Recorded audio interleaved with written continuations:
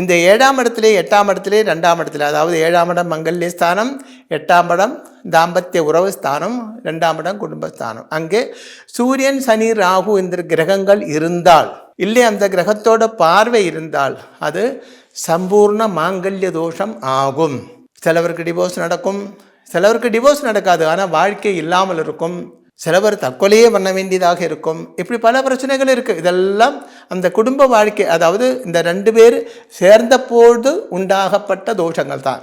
இங்கே இவருக்கு 7ஆம் இடத்துல ராகு பார்வை இருக்கிறது. 7ஆம் இடம் மங்கல்ய ஸ்தானம், அங்கே ராகு பார்வை இருக்கிறது நல்லதல்லே. அப்போ 7ஆம் இடம் மைனஸ். அடுத்து 8ஆம் இடம் தாம்பத்திய உறவு ஸ்தானம், இது 8ஆம் இடம். 8ஆம் இடத்தில் சனி பார்வை இருக்கு. சனி தான் இருக்கப்பட்ட இடத்துல இருந்து 10 பார்வை இருக்கும். அப்போ சனி இங்கே இருக்கு.